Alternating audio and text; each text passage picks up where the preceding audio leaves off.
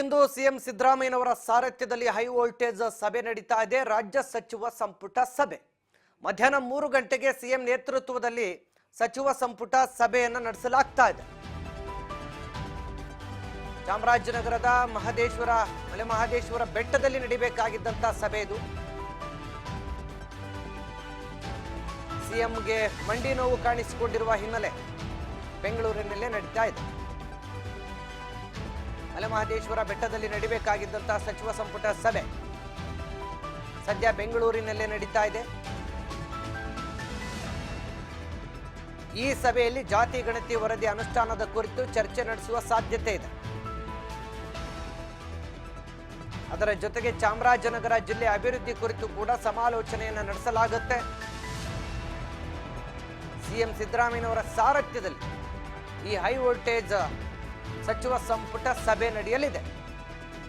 ಇಂದು ಮಧ್ಯಾಹ್ನ 3 ಗಂಟೆಗೆ ರಾಜ್ಯ ಸಚಿವ ಸಂಪುಟ ಸಭೆಯನ್ನು ಆಯೋಜಿಸಲಾಗಿದೆ. ಈಗಾಗಲೇ ಈ ಸಭೆಯನ್ನ ಮಲೆ ಮಹದೇಶ್ವರ ಬೆಟ್ಟದಲ್ಲಿ ಆಯೋಜಿಸಲಾಗಿತ್ತು. ಆದರೆ ಕಾರಣಾಂತರಗಳಿಂದ ಸಿಎಂಗೆ ಮಂಡಿ ನೋವು ಕಾಣಿಸಿಕೊಂಡಿರೋ ಹಿನ್ನೆಲೆ ಸಭೆಯನ್ನ ಬೆಂಗಳೂರಿನಲ್ಲೇ ನಡೆಸಲಾಗ್ತಾ ಇದೆ. ಈ ಸಭೆಯ ಮಹತ್ವ, ಜಾತಿ ಗಣತಿ ವರದಿ ಅನುಷ್ಠಾನದ ವಿಚಾರ ಚರ್ಚೆ, ಅದರ ಜೊತೆಗೆ ಚಾಮರಾಜನಗರ ಜಿಲ್ಲೆಯ ಅಭಿವೃದ್ಧಿಯ ಬಗ್ಗೆ ಚರ್ಚೆ. ಸೊ ಈ ಎರಡು ವಿಚಾರಗಳು ಈ ಸಭೆಯಲ್ಲಿ ಪ್ರಮುಖವಾಗಿ ಚರ್ಚೆ ಆಗಲಿದೆ ಅನ್ನುವಂಥ ಮಾಹಿತಿ ಸಿಗ್ತಾ ಇದೆ.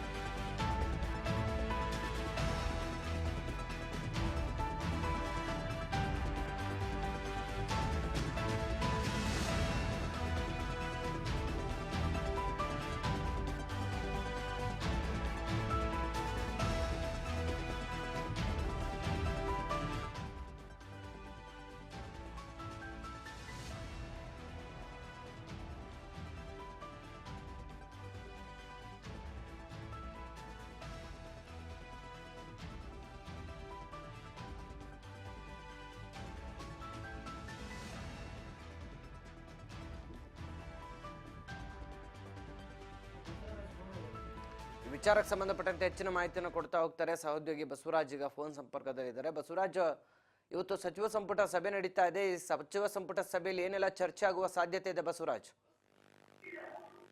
ವಿಜಯ ಭಾಸ್ಕರ್, ಇವತ್ತು ವಿಧಾನಸೌಧದ ಸಚಿವ ಸಂಪುಟ ಸಭಾ ಮಂದಿರದಲ್ಲಿ ಮಧ್ಯಾಹ್ನ 3 ಗಂಟೆಗೆ ಸಂಪುಟ ಸಭೆ ಇರುವಂತದ್ದು ಸಿಎಂ ಸಿದ್ದರಾಮಯ್ಯನವರ ನೇತೃತ್ವದಲ್ಲಿ ನಡೆಯಲಿದೆ. ಈ ಒಂದು ಸಚಿವ ಸಂಪುಟ ಸಭೆ ಚಾಮರಾಜನಗರದ ಮಲೆ ಮಹದೇಶ್ವರ ಬೆಟ್ಟದಲ್ಲಿ ನಡೀಬೇಕಾಗಿತ್ತು. ಆದ್ರೆ ಸಿಎಂ ಸಿದ್ದರಾಮಯ್ಯನವರಿಗೆ ಮಂಡಿ ನೋವು ಕಾರಣದ ಹಿನ್ನೆಲೆಯಲ್ಲಿ ಅದನ್ನ ಬೆಂಗಳೂರಿನಲ್ಲೇ ನಡೆಸಲಿಕ್ಕೆ ಆಯೋಜನೆ ಕೂಡ ಮಾಡಿಕೊಂಡಿರ್ತಕ್ಕಂಥದ್ದು. ಹಾಗಾಗಿ ಈ ಒಂದು ಸಚಿವ ಸಂಪುಟದ ಸಭೆಯಲ್ಲಿ ಪ್ರಮುಖವಾಗಿ ಜಾತಿ ಗಣತಿ ವರದಿ ವಿಚಾರಕ್ಕೆ ಸಂಬಂಧಪಟ್ಟಂತೆ ಈಗಾಗಲೇ ದಲಿತ ಸಚಿವರು ಕೂಡ ಸಾಕಷ್ಟು ಒತ್ತಾಯ ಮಾಡ್ತಾ ಇದ್ದಾರೆ. ಈ ಒಂದು ಜಾತಿ ಗಣತಿ ವರದಿಯನ್ನು ಅನುಷ್ಠಾನ ಮಾಡಬೇಕು, ಕ್ಯಾಬಿನೆಟ್ ನಲ್ಲಿ ಚರ್ಚಿಸಿ ಅದನ್ನ ಅನುಮೋದನೆ ಕೊಡಬೇಕು ಅನ್ನುವಂಥದ್ದನ್ನ ಈಗಾಗಲೇ ಗೃಹ ಸಚಿವರಾಗಿರೋ ಡಾಕ್ಟರ್ ಜಿ ಪರಮೇಶ್ವರ್ ಆಗಿರ್ಬೋದು, KH ಮುನಿಯಪ್ಪ ಆಗಿರ್ಬೋದು, ಹಲವು ದಲಿತ ಸಚಿವರು ಕೂಡ ಈ ಬಗ್ಗೆ ಸಾಕಷ್ಟು ಪ್ರಸ್ತಾಪವನ್ನು ಮಾಡಿ ಒತ್ತಾಯನ ಕೂಡ ಹೇರ್ತಾ ಇದ್ದಾರೆ. ಸೊ ಹಾಗಾಗಿ ಇವತ್ತಿನ ಸಚಿವ ಸಂಪುಟದ ಸಭೆಯಲ್ಲಿ ಜಾತಿ ಗಣತಿ ವರದಿಯನ್ನು ಅನುಷ್ಠಾನ ಮಾಡಬೇಕು ಅನ್ನುವಂಥ ನಿಟ್ಟಿನಲ್ಲಿ ಸಾಕಷ್ಟು ಚರ್ಚೆ ಆಗುವಂಥದ್ದು. ಮತ್ತೆ ಪ್ರಮುಖವಾಗಿ ಜಿಲ್ಲಾ ಪಂಚಾಯತಿ ಮತ್ತು ತಾಲೂಕ್ ಪಂಚಾಯತ್ ಚುನಾವಣೆಗಳಿಗೂ ಕೂಡ ಚುನಾವಣೆ ನಡೆಸಬೇಕು, ಅದಕ್ಕೂ ತಯಾರಿ ನಡೆಸಬೇಕು. ಈಗಾಗಲೇ ನ್ಯಾಯಾಲಯ ಕೂಡ ಏನು ಕ್ಷೇತ್ರಗಳ ವಿಂಗಡಣೆ ಮತ್ತೆ ಮೀಸಲಾತಿ ಸಂಬಂಧಪಟ್ಟಂತೆ ಅವುಗಳನ್ನು ಕೂಡ ನೀವು ನ್ಯಾಯಾಲಯಕ್ಕೆ ಸಲ್ಲಿಸಬೇಕು ಅನ್ನುವಂಥದ್ದನ್ನು ಕೂಡ ಈಗಾಗಲೇ ನ್ಯಾಯಾಲಯ ತಿಳಿಸಿರ್ತಕ್ಕಂಥದ್ದು. ಅದಕ್ಕೂ ಕೂಡ ಸರ್ಕಾರ ಒಪ್ಪಿಗೆ ಸೂಚಿಸಿದೆ.